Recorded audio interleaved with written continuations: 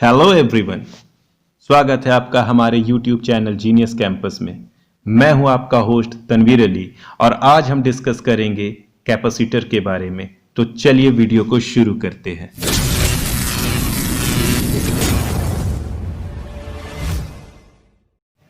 तो dear friends, capacitor है क्या?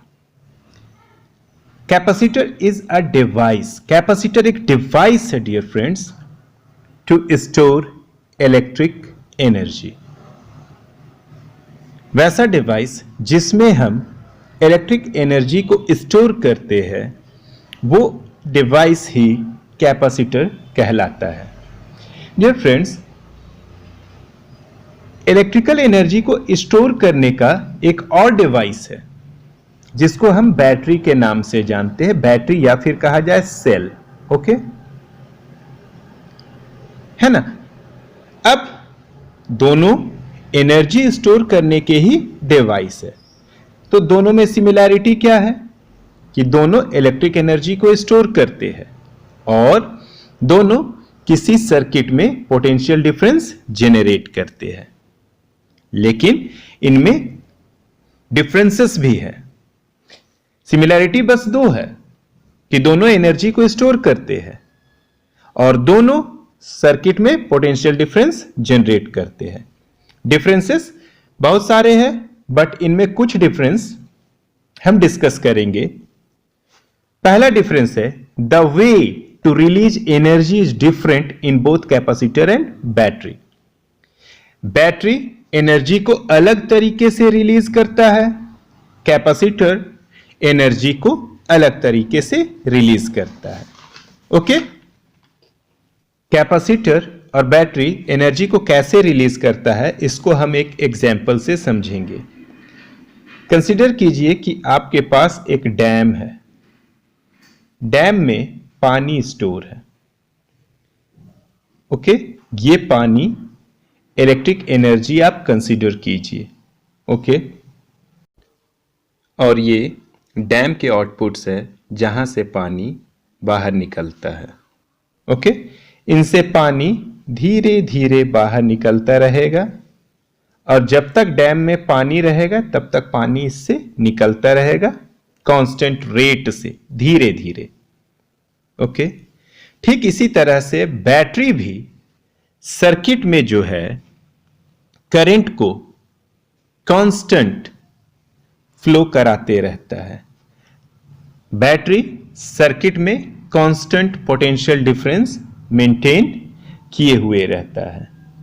ओके, ये किसके एनालॉगस है? बैटरी के एनालॉगस है। अब आप एक डैम कंसीडर कीजिए डियर फ्रेंड्स। ये डैम अचानक टूट जाएगा तो क्या होगा? ये पूरा जो पानी है वो इंस्टेंटली रिलीज कर जाएगा। Got it? बात समझ में आया? तो ये है कैपेसिटर, ये बैटरी। ओके, तो वही है कि कैपेसिटर जो है एनर्जी को जो रिलीज करता है वो इंस्टेंटली एक क्षण में एनर्जी को रिलीज कर देता है, जबकि बैटरी एनर्जी को स्लोली और स्टेडली रिलीज करता है। दूसरा डिफरेंस है the amount of energy stored is different in both capacitor and battery. Capacitor और बैटरी में जो अमाउंट ऑफ एनर्जी है, एनर्जी की मात्रा जो स्टोर होती है वो अलग अलग है। ओके, कैपेसिटर के पास जो एनर्जी स्टोर होता है वो बैटरी की तुलना में कम होता है। तीसरा है dear friends way to store energy is different, है ना।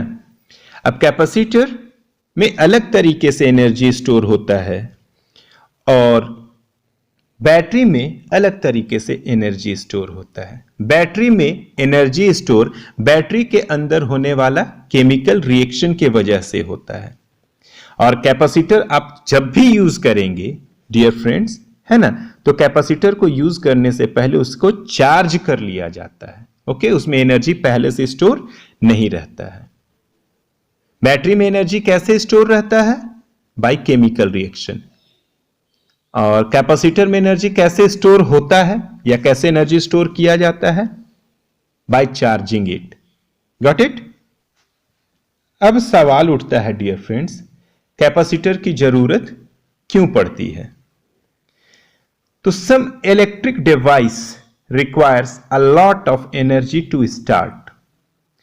बहुत से ऐसे इलेक्ट्रॉनिक डिवाइस है, ओके, जो इनिशियली स्टार्ट होने के लिए बहुत ज्यादा एनर्जी उनको चाहिए। ओके, तो कैपेसिटर ही वो जरिया है जो उन डिवाइसेस को, है ना, instantly large amount of energy provide कर देता है।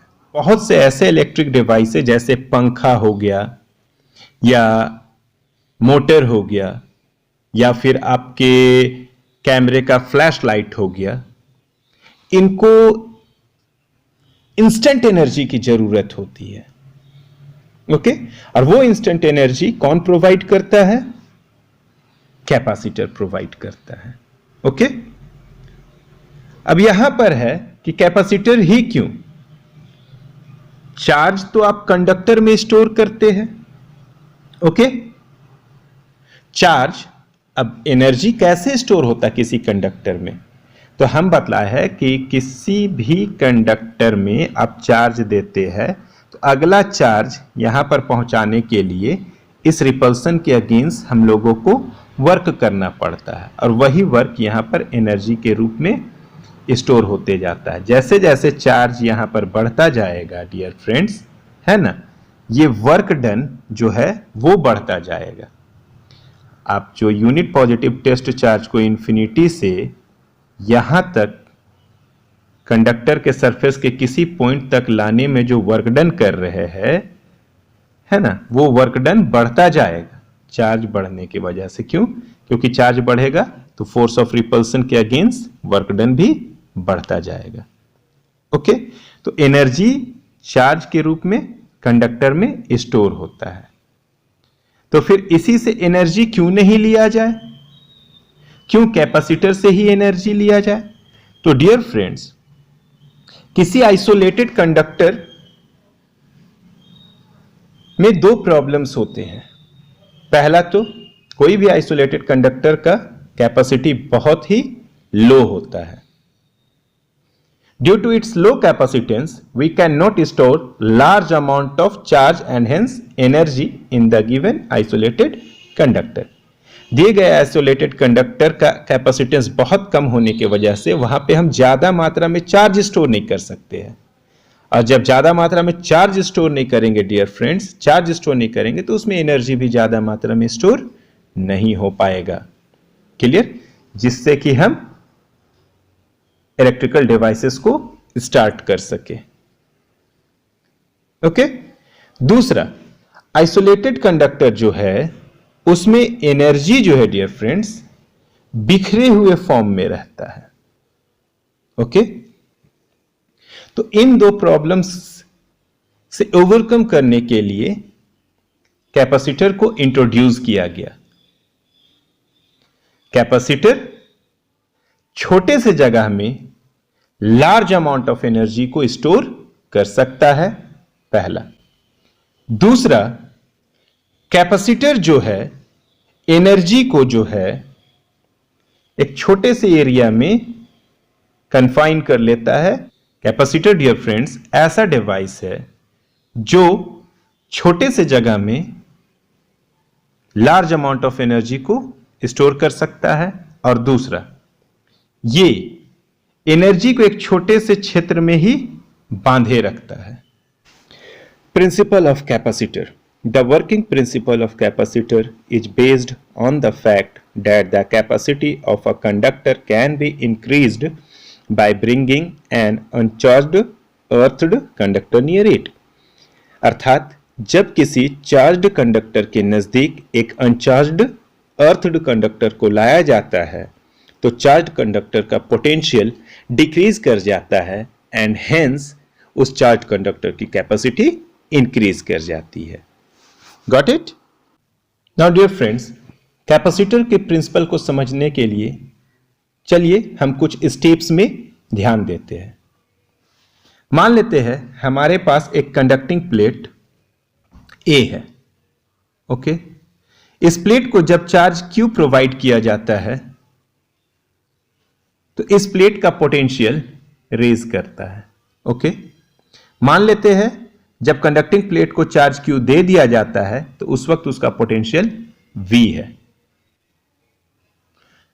इस कंडक्टिंग प्लेट A के नजदीक अब एक अनचार्ज्ड कंडक्टर B लाया जाता है। क्या होगा?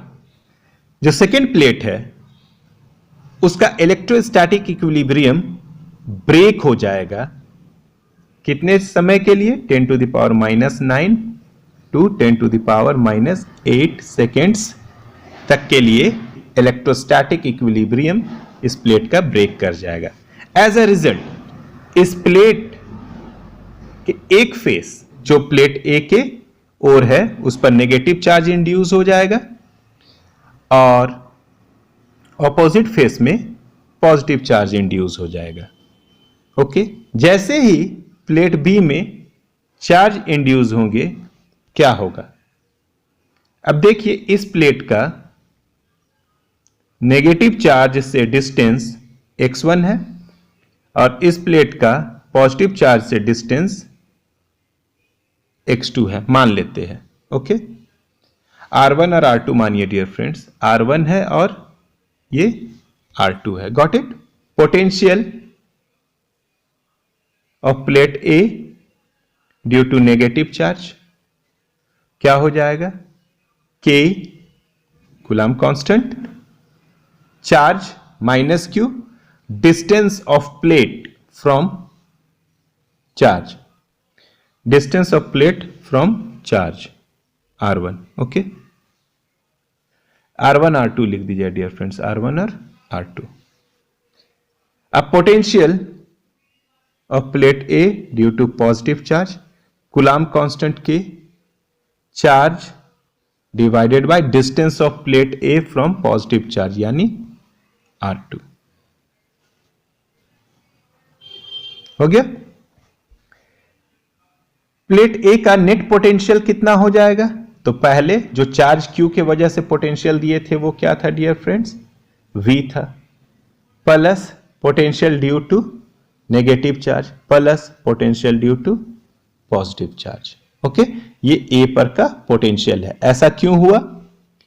जो अनचार्ज्ड प्लेट था उसको जब हम चार्ज्ड प्लेट A के नजदीक लाए तो ऐसा ऐसा फेनोमिना हुआ।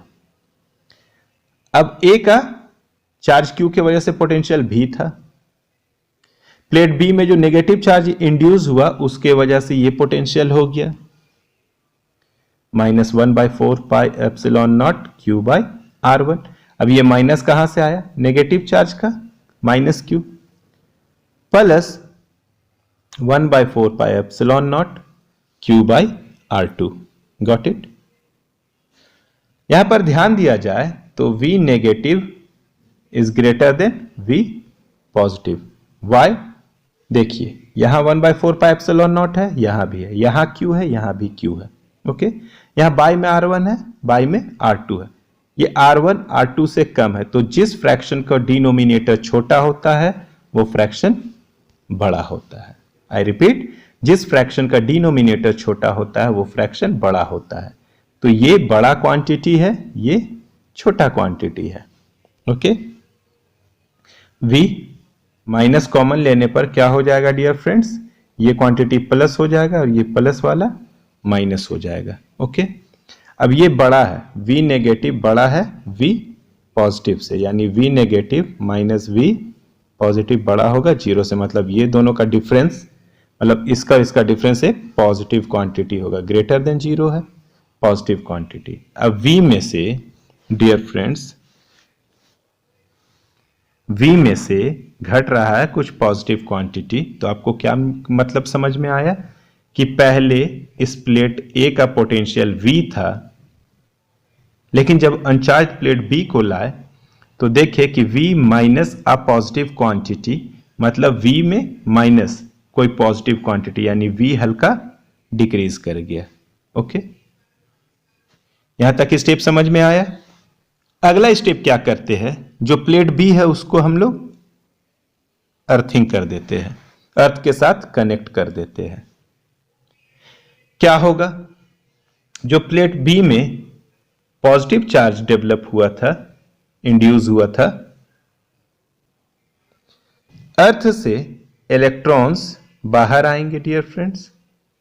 ओके, ये इलेक्ट्रॉन्स इस पॉजिटिव चार्ज को न्यूट्रलाइज कर देंगे। ओके, एज अ रिजल्ट क्या हो जाएगा, और ये मतलब खत्म हो गया, और ये बॉन्ड चार्ज है, ये उससे बंधे हुए, इसके अफेक्शन में बंधे हुए हैं डियर फ्रेंड्स।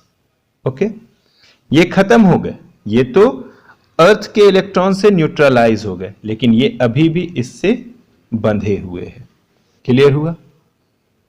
मतलब क्या हुआ, अर्थिंग कर देने पर इधर का पॉजिटिव चार्ज खत्म हो गया, अभी भी प्लेट का पोटेंशियल भी है, अर्थिंग कर देने पर यहां पर सिर्फ नेगेटिव पोटेंशियल आ गया। अब क्या हो गया डियर फ्रेंड्स, ले क्या था, V plus potential of plate A plus potential due to positive charge minus potential due to negative charge. Okay, अब ये V प्लस ही गायब हो गया, पॉजिटिव चार्ज तो न्यूट्रलाइज हो गया, तो अब क्या बचा, V माइनस। इन दोनों में क्या रिलेशन है, कौन ज्यादा है, ये या ये? अब खुद बताइए कौन ज्यादा है, ये या फिर ये? ये कब था, जब सिर्फ अनचार्ज प्लेट को लाए थे। ये कब हुआ, जब डियर फ्रेंड्स हम लोग अनचार्ज प्लेट को अर्थिंग कर दिए, अनचार्ज प्लेट को अर्थ के साथ कनेक्ट कर दिए। ओके, समझ में आया? दोनों में कौन ज्यादा है, तो देखिए यहां V है, V माइनस है, यहां V है, V माइनस है, लेकिन यहां एक एक्स्ट्रा ऐड हुए है V प्लस, तो ये ज्यादा है। यानी क्या समझ में आया, V था, अनचार्ज कंडक्टर को लाए तो V plus minus V minus हो गया, लेकिन जब अर्थिंग कर दिए तो हो गया V माइनस। ये था, ये बतला रहा कि कुछ कम हुआ V, और ये बतला रहा कि V और कम हो गया अर्थिंग कर देने से। ओके, समझ में आया? ये यही चीज है। अब C इक्वल्स टू क्या होता है dear friends, Q by V। V क्या हो रहा है, कम हो रहा है, कैपेसिटी क्या होगा डियर फ्रेंड्स, इंक्रीज कर जाएगा। तो इससे आपको क्या कंक्लूजन निकला, कि जब किसी चार्ज्ड कंडक्टर के नजदीक अर्थ से कनेक्टेड एक अनचार्ज कंडक्टर लाया जाता है, तो कंडक्टर का पोटेंशियल डिक्रीज कर जाता है, एंड हेंस कंडक्टर की कैपेसिटी इंक्रीज कर जाती है। Okay, thus we see that the capacitance of an insulated conductor is considerably increased when we place an earthed connected conductor near it. This is the principle of capacitor. Capacitor का यही principle है dear friends. Okay, types of capacitor. Capacitor कितने तरह के होते हैं dear friends, तो capacitor 3 तरह के होते हैं, parallel plate capacitor, spherical capacitor and cylindrical capacitor. हमारे सिलेबस में है पैरेलल प्लेट कैपेसिटर, तो अगला वीडियो हमारा यही रहेगा, पैरेलल प्लेट कैपेसिटर। ओके।